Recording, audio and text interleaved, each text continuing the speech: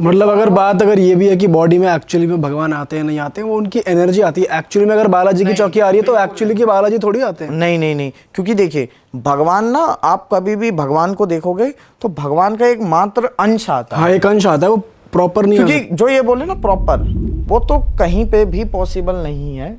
क्योंकि अगर वो प्रॉपर ही आ जाए, क्योंकि मैं एक सिंपल से कॉन्सेप्ट को मानता हूँ, हम भगवान में विलीन होने के लिए बने हैं, भगवान हम में विलीन होने के लिए नहीं बना है।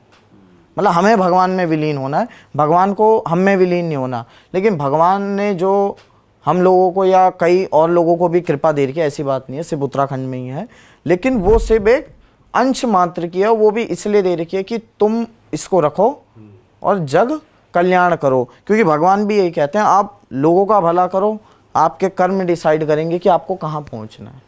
और जितने भी मतलब संत महात्मा हुए जो देखते हैं, ऐसा कुछ भी नहीं होता कि आप भगवान को देखोगे तो शरीर फट जाएगा। क्यों? भगवान भी, हम भगवान के ही अंश हैं। अगर हम उन्हें देखें या वो हमें देखें, वो प्रेम का विषय है। अगर आपको उनसे प्रेम है तो वो आपको दिखेंगे भी, आपसे बातें भी करेंगे, सब चीज़ पॉसिबल है। क्योंकि भगवान की बनाई हुई दुनिया है, भगवान के ही रूल्स रेगुलेशन है। जैसे कृष्ण जी बोलते हैं ना, मेरी बनाई हुई दुनिया, मेरे नियम, उनको तोड़ने में उन्हें कोई भी दिक्कत नहीं है। जैसे कृष्ण ने बहुत ज्ञान दिया, भगवत गीता पढ़ोगे वो मतलब अधर्म के खिलाफ हैं, और वो ये तक कह रहे हैं कि किसी को बेवजह मत मारो। लेकिन जब वो इस हालात पे आ जा रहे हैं ना कि अब सामने वाला नहीं मान रहा, तो वो भी कहते हैं कि अब अपनी युद्ध करो पार्थ। और जब आया मतलब आखिरी में, एंड में, पार्थ तब भी नहीं समझ पा रहे कि मैं करूं कैसे, सामने मेरे अपने लोग हैं, तब कृष्ण भगवान कहते हैं तुम कुछ मत करो, तुमसे जो मैं कह रहा हूँ वो करो, और अपने सारे कर्मों को मुझे सौंप दो। तुम्हें लग रहा है ना बुरे कर्म हैं, तुम वो भी मुझे सौंप दो, मैं देख लूँगा। तो कुछ भी अच्छा या बुरा नहीं होता, जो भी होता है आपका मन सबसे बड़ा साक्षी है, क्योंकि इसी के अंदर भगवान विराजते हैं। अगर हम आज कोई भी काम कर रहे हो, मन ने आवाज़ दे दी कि ये गलत है, तो उसमें सोचने का विषय नहीं है कि अच्छे कर्म है या बुरे कर्म है। हाँ, किसी का दिल मत दुखाओ, प्रेम से रहो, भगवान से प्रेम करो, तो ना आपको कोई नेगेटिविटी टच करेगी, ना भगवान कभी आपको ऐसी हालत में डालेंगे कि आपके साथ कुछ बुरा हो।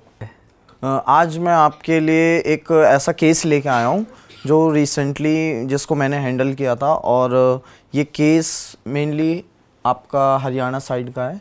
हरियाणा में एक गांव है, वहाँ के ये लोग थे। तो मैं आपको शुरू से बताता हूँ। एक फैमिली है जिसमें टोटल 8 लोग हैं। एक मदर है, फादर हैं, और उनके मतलब बच्चे हैं, उनकी वाइफ है, और उनके चाचा चाची हैं। अब वहाँ पे होता क्या है कि जो उनकी फैमिली में एक होता है ना, लोगों के आपस में फैमिली में कई बार कनेक्शंस नहीं बैठते और आपस में जलन की भावना होती है, विच इज़ नॉट करेक्ट। तो हुआ क्या कि जो उनकी बुआ साइड के लोग थे, उनकी बुआ ने क्या किया, आगरा साइड में वहाँ पे एक देवता है जिनका नाम है बाबा वीर बुलाकी। तो यूपी में काफ़ी ज़्यादा ये इनको पूजा जाता है, और शक्तियाँ सारी अच्छी होती है, लेकिन इनको गलत में यूज़ किया जाता है। तो अब उन्होंने क्या किया, इन पे एक शक्ति किसी तांत्रिक को बोल के उनको कुछ चंद पैसे देके इनके ऊपर छुड़वा दी, ताकि इनका वंश कभी भी आगे ना बढ़ पाए। अब उनको क्या इशू हुआ, जो उनकी वाइफ थी, उनको पेट में ऐसी काफ़ी ज़्यादा दिक्कतें बनने लग गई। तो उनको ऐसा फील हुआ कि हमें डॉक्टर से कंसल्ट करना चाहिए। अब जब वो डॉक्टर के पास गए तो डॉक्टर ने बोला कि सारी जितनी भी रिपोर्ट्स हैं ये बिल्कुल नॉर्मल है, इसमें ऐसा कुछ भी नहीं है कि हम जिसका इलाज कर पाएँ। तो जब उन्हें लगा कि ये सारी चीज़ें भी नहीं हैं, तो एक बार बाकी जगहों पे जाके जैसे कोई तांत्रिक हो गए, ओझा हो गए, या जो भी लोग भगत वगैरह होते हैं, उनके पास जाके एक बार दिखवाया जाए कि क्या पता कोई ऊपरी चक्कर हो। तो अब उन्होंने क्या किया, वो जिसके पास भी जाते थे उन्हें ये चीज़ तो पता चल जाती थी कि इस पे ज़रूर कुछ कराया हुआ है। लेकिन सबसे इंटरेस्टिंग चीज़ ये होती थी कि जैसे ही वो लोग वहाँ से हटते थे, कुछ ना कुछ टाइम के बाद जो भी लोग उनके बारे में बताता, उनके साथ कुछ ना कुछ दुर्घटना होनी स्टार्ट हो जाती थी। अच्छा, जो उपाय कर रहा है उनके साथ? जी, मतलब जो उनको बता रहे हैं ना, कंसल्ट कर रहे हैं, जो उन्हें बता रहे हैं कि हाँ ऐसी ऐसी चीज़ है, आपका ये उतारा होगा, आप इस तारीख को आ जाना। तो अगली डेट आने से पहले उनके साथ कुछ ऐसा हो जाता था कि वो खुद ही उन चीज़ों से पीछे हो जाते थे। अब उनके साथ क्योंकि मेन चीज़ थी कि सबको जो लगता था कि वहाँ पे एक ही शक्ति चल रही है, लेकिन उसके बैकग्राउंड में पीछे काफ़ी सारी शक्तियाँ चल रही थी जो उन्हें भी नहीं पता चल रहा था। अब होता क्या, उन्हें नॉर्मली किसी ने बताया कि आप एक काम करिए, आप उत्तराखंड में जाइए, उत्तराखंड में नीम करौली बाबा का मंदिर है, और वहाँ पे आप उनके दर्शन भी करना, और उत्तराखंड देवभूमि है, वहाँ पे आपको सॉल्यूशन मिल जाएगा कुछ ना कुछ। भाई हम इस टेंपल में गए हैं, बहुत ही ज़बरदस्त एनर्जी है वहाँ की। हम तीनों साथी गए थे एक बार, तो बहुत ही अच्छा एक्सपीरियंस था हमारा। नहीं काफ़ी, और वहाँ की एनर्जी भी काफ़ी ज़्यादा जागृत है। अगर आप वहाँ पे एंटर करते हो तो आपको एक अलग एनर्जी फील हो जाती है भाई, वो फील हो जाती है। तो वो इसी उम्मीद से गए थे कि हम वहाँ पे जाएंगे तो हमें कुछ ना कुछ वहाँ पे सॉल्यूशन मिलेगा, या फिर हमें वहाँ पे कोई सिद्ध संत मिल जाएंगे जो हमें ठीक कर देंगे। अब होता क्या है कि फ्राइडे की रात को ये हस्बैंड और वाइफ दोनों अपनी गाड़ी लेके दिल्ली से, मतलब ये अपने चाचा के यहाँ पे आए हुए थे, तो ये वहाँ से निकलते हैं। तो जब ये निकलते हैं तो दिल्ली क्रॉस करते ही एक बीच में जगह पड़ती है, जब ये मेरठ और आपका मेरठ पार करते हैं, उसके बाद हापुड़ वगैरह पार करने के बाद जब उत्तराखंड की टेरिटरी में घुसते हैं तो जो काशीपुर है वहाँ पे इनकी गाड़ी ख़राब हो जाती है। अच्छा। इनकी गाड़ी ख़राब हो जाती है, तो इन्होंने जैसा मेरे को बताया कि जब ये गाड़ी चला रहे थे आगे इंजन हीटिंग का प्रॉब्लम शो हो रहा था गाड़ी की डिस्प्ले में।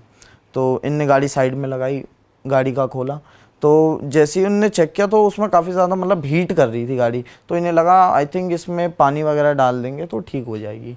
तो इन्होंने उसमें पानी वगैरह डाला, कूल डाउन होने के लिए उसको 10-15 मिनट का रेस्ट दिया, और फिर जब लेके गए आधे घंटे बाद फिर वही प्रॉब्लम। तो जब इन्हें लगा कि नहीं यार गाड़ी में कुछ सीरियस इशू आने लग गया, इसको किसी मैकेनिक को दिखा लेते हैं। अब रात के टाइम आपको भी पता वहाँ पे मैकेनिक नहीं मिलेंगे।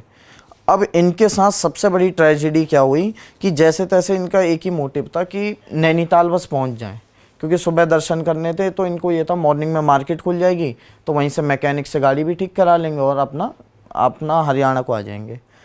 अब इनके साथ ट्रेजेडी ये होती है कि जब ये गाड़ी लेके जा रहे थे तो गाड़ी का ये था कि 25-25 किलोमीटर के गैप में लेके जा रहे थे।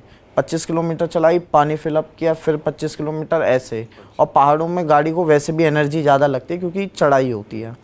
अब वहाँ पे ये होता है कि पीछे से एक SUV गाड़ी इनको ज़ोर से आके हिट करती है, और जैसे ही ये मतलब जब तक पीछे मुड़ के देखते हैं तो वो उतनी देर में चले जाते हैं। अब इनकी गाड़ी वहाँ पे हो गई थी प्रॉपर बंद। इनको वहाँ पे मतलब दूर दूर तक कुछ नहीं दिख रहा था, सिर्फ अंधेरा था और जंगल था पूरा। तो तब इनको मतलब काफ़ी ज़्यादा डर भी लगा, चीज़ें भी लगी। तो तब जब ये दोनों हस्बैंड वाइफ गाड़ी में बैठे हुए थे तो इनका ये था कि अब गाड़ी में बैठने के अलावा और कोई ऑप्शन हमारे पास है नहीं, हम यहीं पे सेफ़ हैं। तो इनने डोर वगैरह लॉक करके वहाँ पे बैठ गए। तो तब इन्हें दिखता है कि एक आवाज़ सी आ रही है गेट के बाहर से कि दरवाज़ा खोलो। काफ़ी डरावनी आवाज़ थी।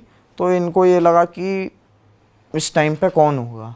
तो इन्होंने अपना फ्लैश वगैरह खोला और खिड़की से ही ट्राई किया तो कोई इन्हें वैसा दिखा नहीं। बट इनकी वाइफ की नज़र जब पीछे वाली विंडशील्ड पे गई तो वहाँ पे 2 हाथ ऐसे लगे हुए थे। अब एक तो उत्तराखंड जहाँ पे चीज़ें नॉर्मली चलती ही चलती हैं, कोई बड़ी बात नहीं है। तो तब इनकी हार्ट बीट हो गई बहुत ज़्यादा तेज़ की। अब यहाँ पर पता नहीं कौन सी चीज़ें आ गई, एक तो हम वैसे ही परेशान हैं और ऊपर से हम यहाँ पे आके फंस और गए उल्टा। नॉर्मल इंसान के ही हाथ थे वो पीछे जी गाड़ी जी में। जी जी। अच्छा। तो तब इन्होंने क्या किया, अपने फ़ोन्स में बजरंग बाण आपने सुना होगा, मेनली लोग मतलब भूत प्रेतों से बचाव के लिए यूज़ करते हैं या हनुमान चालीसा। तो इन्होंने बजरंग बाण का वो चालू कर दिया कि एटलीस्ट रात कट जाए। तो ठीक है, वो रात कट गई।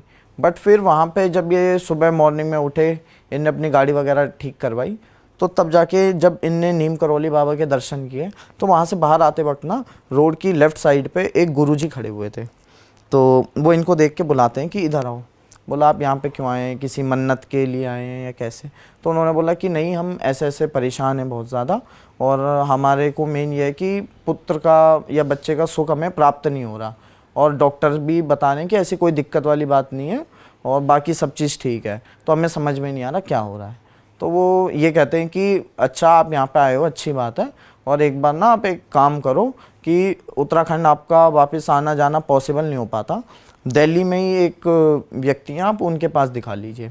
तो उन्होंने मेरा मतलब वहाँ पे बोला कि हाँ आप इनके पास चले जाना। आप जानते थे उन बाबा को? हाँ, क्योंकि उत्तराखंड में मेनली जो गुरुज लोग हैं ना उनके साथ हमारे लिंकअप्स हैं। तो मतलब एक ये भी है कि मेरे दादाजी भी उसी स्पिरिचुअल लाइन से कनेक्टेड थे, और ऊपर से हमारे इतने सारे पॉडकास्ट भी हुए हैं और बाकी चीज़ें भी हैं। तो उत्तराखंड के मेनली कुमाऊं रीजन में मेरे को मोस्टली लोग जानते हैं। तो अब उन्होंने ये उनको सजेस्ट किया। तो फिर वो दिल्ली आए, तो दिल्ली आने के बाद उनने मेरे को इंस्टा पे कनेक्ट किया। तो जब मैंने उनसे कनेक्ट हुआ तो जो उनने बताया कि इन गुरुजी ने आपके बारे में बताया था ऐसे ऐसे ऐसे, तो मैंने पहले उन गुरुजी को कॉल किया। मैंने हाँ आप भी, क्योंकि देखिए हर किसी का एक एक्सपीरियंस होता है, अगर उन्होंने हमारे पास भेजा तो उसका कुछ रीज़न है।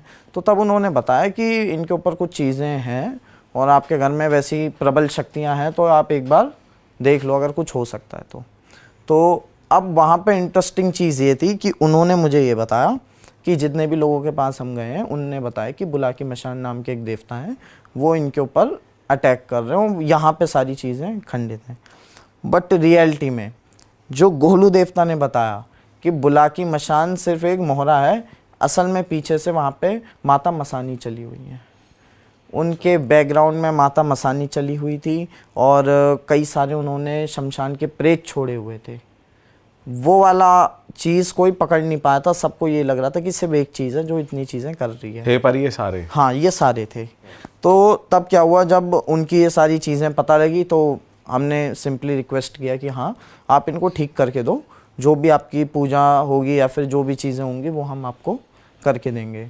तो बाय गॉड ग्रेस उनके साथ क्या होता है, जैसे ही वो घर पे अपने जाते हैं तो घर पे जाते ही वो लेटते हैं, तो मैं आपको एक वीडियो भेजूँगा, उनके सीसीटीवी कैमरा में वो फुटेज प्रॉपर दिखी है कि ब्लैक कलर की शैडो उनके घर के आहर बाहर। अच्छा प्रॉपर दिख रहा है वीडियो जी, और वो प्रॉपर एक प्रूफ है कि चीज़ें होती हैं। वो सारी चीज़ें जब उनने देखी मॉर्निंग में तो उनने मेरे को कॉल किया कि आपने जो जो बताया था वो हमने किया, ये सारी चीज़ें क्या हैं। तो वो सारी जो चीज़ें थी वो भैरव बाबा के और इन सब के गण थे जो उनकी रक्षा के लिए वहाँ पे खड़े थे, क्योंकि कंटिन्यूसली वहाँ पे तंत्र चल रहा था। तो जब उनने ये सारी चीज़ देखी कि इतनी सारी चीज़ें कंटिन्यूसली वे में हो रही हैं, तो बाद में जब उनकी पूजा हुई तो उन फीमेल की बॉडी पर वो सारी चीज़ें आईं। उन्होंने अपने बारे में बताया कि हाँ हमें ऐसे ऐसे भोग प्रसाद दे के भेजा हुआ है, और यहाँ तक कि उनने ये तक कमिटमेंट कर दी थी कि मैं इसको 31 डेज़ के अंदर इसकी मृत्यु कर दूँगा, लेडी की। जी। अच्छा, क्योंकि उन्होंने क्लियर बोला था कि हमें इसको भेजा ही मारने के लिए है और हमें भोग प्रसाद दे के भेजा है, और हमारा जो अभी मेन वो है कि इसकी मृत्यु हो जाएगी, और इसका मतलब वो चीज़ें जो आप सोच रहे हो करने की वो हो ही नहीं सकता। और उसने क्लियरली धमकी दी थी कि आपसे पहले भी जो बाकी आए उनके साथ दुर्घटना हुई है, आप अपना देख लो कि तुम्हें कैसे बचना है। तो हमारे जो देवता हैं उन्होंने उल्टा चैलेंज कर दिया कि अब मैं इनकी रक्षा के लिए खड़ा हूँ, आप अपने जैसे और भी हों उन्हें भी बोल देना कि आप आ जाओ, क्योंकि जो न्याय करता है वो हमेशा जस्टिस करेगा, अगर किसी ने कुछ गलत नहीं किया तो उसके साथ होने भी नहीं देगा। तो तब उनकी वो सारी चीज़ों को वहाँ पे बंधन किया गया, उनके घर की सारी चीज़ों को बांध के, जो भी चीज़ें थी उनको प्रॉपर तरीके से उनका हवन वगैरह करके उन चीज़ों को पूरी तरीके से उनके घर से हटाया गया। और आज के टाइम पे उनका मतलब कंसीव हो चुका है, और जनवरी फरवरी तक में डॉक्टर ने डेट दे रखी है कि वो माँ भी बन गई। अरे वाह, तो मतलब ये एक तरीके से सारी चीजें ही ठीक हो गई। जी जी, ये मतलब प्रभु की कृपा है कि उस तरीके से मतलब जो इतनी हैवी चीज़ें थी जिसको नहीं कर पा रहे थे, क्योंकि इंसान के ना बस की कुछ भी नहीं है। अगर हमारे ऊपर कोई सपोर्ट ना हो या भगवान हमारे साथ ना हो तो हम भी कुछ नहीं कर सकते। बट जैसे उनका सिर्फ बेबी नहीं हो रहा था, यही प्रॉब्लम थी, या और भी चीज़ें हो रही थी घर में उनके साथ? नहीं, मेन इशू बेबी का नहीं था। बेबी का इशू सिर्फ वो इशू था जो उनको दिखने में आ रहा था, लेकिन असल इशू ये भी था कि उनको कई चीज़ें ना रात में परेशान भी करती थी। जैसे जब वो सोते थे तो नॉर्मली गंदे गंदे सपने आना, तो उन्हें ये लगता था कि ये नॉर्मल ही है, क्योंकि बिना सपने के कोई रात जाती नहीं है, तो उन्हें ये लगता था ये सब नॉर्मल ही हो रहा है। लेकिन इन रियलिटी वो सारी चीज़ें उनके शरीर को धीरे धीरे ख़राब कर रहे थे। और भी कुछ हो रहा था सपने के अलावा? सपने हो रहे थे, और कितनी बार उन्होंने बताया ब्लैक कलर के स्पॉट्स उनकी बॉडी में पड़े हुए हैं, उसकी तक उन्होंने मेरे को फ़ोटो भेजी हुई है। जी, कि कैसे उनके हाथ में बैक पे ब्लैक ब्लैक कलर के स्पॉट्स पड़े। नील जैसे पड़ जाते। जी जी जी जी बिल्कुल। ओ, तो काफ़ी ऐसी सारी चीज़ें थी जिसको टैकल किया गया। और फिर ये वो पता चला किसने कराया, कैसे हुआ? जी, उनकी बुआ ने कराया था। उनकी बुआ ने कराया था, आगरा के ही कोई तांत्रिक थे, उनसे करवाया था। तो तांत्रिक ने वापस नहीं लगाया शक्तियाँ, जब तांत्रिक को भी तो पता चल जाता है वहाँ से इलाज चल रहा है, तो उसने वापस कुछ लगाया। उसी के लिए तो भैरव बाबा वहाँ पहरा दे रहे थे, जो वो परछाइयाँ घूम रही थी ना, क्योंकि तंत्र शक्ति में काली और भैरव से बड़ा कोई नहीं है। जहाँ ये दो होते हैं वहाँ सारे पीछे हटते हैं। भैरव बाबा का आप बता रहे थे उत्तराखंड से भी कनेक्शन है, वो भी बता। जी, हमारे जो उत्तराखंड में भैरव बाबा पूजे जाते हैं, ये गौड़ बंगाल से आए हुए हैं। मतलब जो हमारे भैरव हैं ये बंगाल से इनको लाया गया है। अच्छा जी, हमारे उत्तराखंड में एक भाई हुए, टमटा कहते हैं। टमटा एक कास्ट होती है जो मेनली जो तांबे के बर्तन होते हैं ना, उनका काम करते हैं। जैसे आप अगर कभी उत्तराखंड में गए हो तो आपने देखा होगा वहाँ की जो पानी वगैरह पीने के लिए भी बर्तन इस्तेमाल होते हैं, तांबे की गगरी और तांबे के गिलास, तांबे की थाली वगैरह। तो पहले तांबे की चीज़ें बहुत यूज़ होती थी। जो टमटा थे ना, वो काफ़ी सारे उन्होंने बर्तन बनाए, और बर्तन बनाने के लिए मतलब इतनी मेहनत इसलिए करी क्योंकि पहले क्या करना पड़ता था, जैसे बहुत सारे सामान बनाया और उन्हें फिर मार्केट में जाना पड़ता था बेचने के लिए। अब होता क्या है कि उन्होंने काफ़ी सारी चीज़ें बनाई, उनकी 2 बेटियां भी थी, तो उन बेटियों को बोला कि मैं जब तक ये बेच के आता हूँ तब तक आप अपनी माँ का ख्याल रखो और यहाँ पे मतलब अपनी माँ की मदद करना काम में, घर के काम में। तो वो बेचने के लिए अपना गांव छोड़ के चले जाते हैं। अब वहाँ पे 22 भाई नेगी रहते थे। तो जो 22 भाई नेगी थे, उनके साथ ये था कि वो लोग थोड़े से ना छल करने वाले किस्म के लोग थे। तो उन्होंने क्या किया कि टमटा की जो बेटियां थी, उनका टॉपिक मैं अभी बताऊंगा। नेपाल में ना, पहले आपको पता हो, गोरखाओं का राज था। जैसे अभी भी वहाँ पे गोरखा कम्युनिटी है। तो नेपाल के एक थे नैन सिंह गोरखा। तो उन्होंने क्या कर रखा था, जो नेगी भाई थे उनको एक तरीके से वो दे रखा था, काम दे रखा था कि आपको यहाँ से मेरे को टैक्स जनरेट करके देना है, क्योंकि पहले गोरखाओं का राज था उत्तराखंड में। तो वहाँ से कर वसूल करके वो गोरखाओं को देते थे। तो अब उन्होंने क्या किया, 12 वर्ष तक का जो कर था ना, वो स्वयं खा गए और वहाँ तक कुछ पहुँचाया नहीं। तो जब नैन सिंह गोरखा ने देखा हर जगह से आ गया, वहाँ से नहीं आया है, तो तब जाके वो सारे गए उस गांव में। तो जब वो गांव में जा रहे थे ना, तो जो टमटा की 2 बेटियां थी, उनकी नज़र उस पर पड़ गई। अब उन्होंने उसको देखा, उन्हें वो काफ़ी ज़्यादा प्रभावित हुए, काफ़ी सुंदर थी वो दिखने में। तो उन्होंने क्या किया, वो गांव की तरफ जाने लग गए।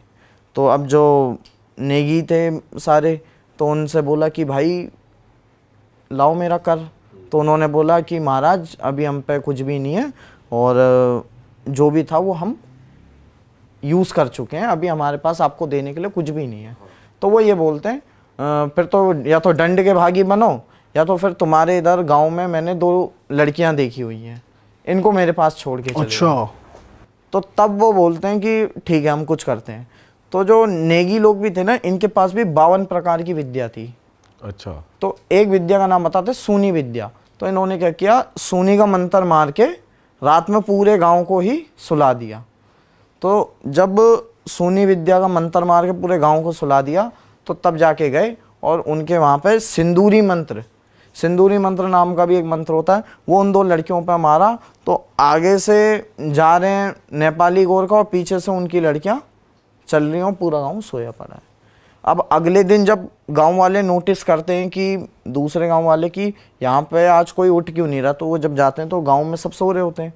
तो पानी वगैरह मार के उनको जगाया जाता है कि भाई उठो। तो वो ये देखते हैं सब हैं, बस वो 2 लड़कियां नहीं हैं। तो अब उनको ज़्यादा परेशानी इस बात से होती कि इनके पिता अभी घर पे हैं नहीं, जब वो आएंगे उनको जवाब क्या देंगे। तो जब उनके पिता आ रहे होते हैं रास्ते से, तो वो देखते हैं दूर से अपने घर को, तो कहते हैं जैसी चहल पहल मेरे घर में होती थी, आज तो वैसी बिल्कुल ही नहीं है, शांत सा लग रहा है। वो घर में जाते हैं, कहते हैं मेरी बेटियाँ कहाँ हैं। तो वो डर के मारे बताते हैं कि आपकी बेटियाँ पता नहीं कहाँ हैं, गायब हो गई। अब या तो उन्हें कोई बाघ वगैरह ले गया होगा, या तो कोई भूत प्रेत का शिकार हो गई होंगी, कहीं गिर गई होंगी। तो वो बोलते हैं ऐसा तो नहीं हो सकता, ऐसा होता तो दोनों को एकदम से कहाँ चले गए रात में। तो वो कहते हैं कि नहीं, कुछ करना पड़ेगा। तो तब वो बाकी लोगों से भी पूछते हैं, लेकिन गोरखाओं के डर से कोई बताता नहीं है, जिन्हें मालूम भी था।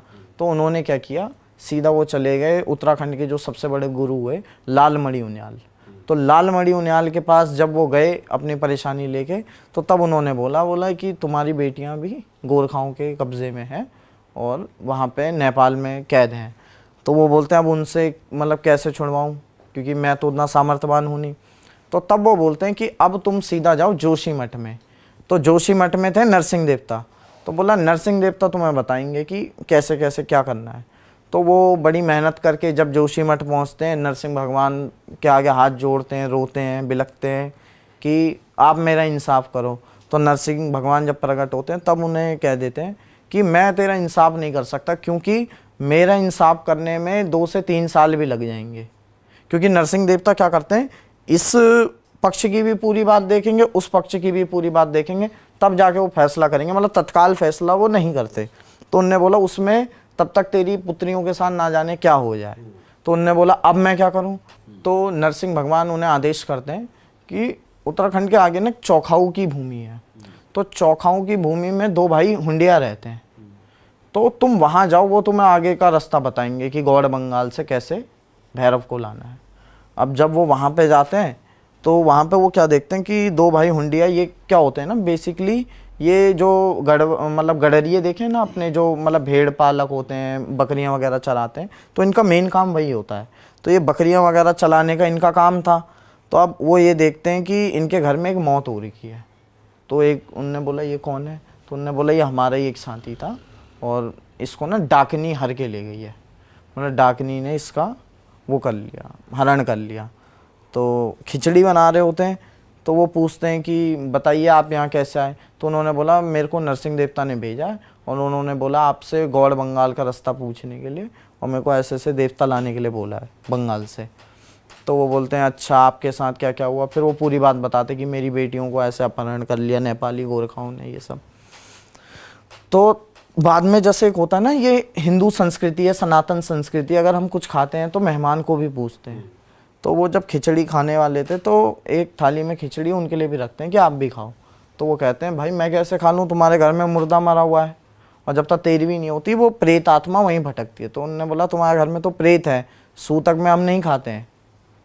तो उन्होंने बोला कि चलो ठीक है। तो उनके पास एक हांडी रखी हुई थी लाल रंग की।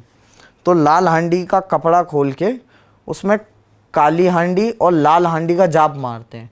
मतलब जब हांडी के अंदर भैरव बाबा थे और भैरव और काली हमेशा दोनों साथ में चलते हैं।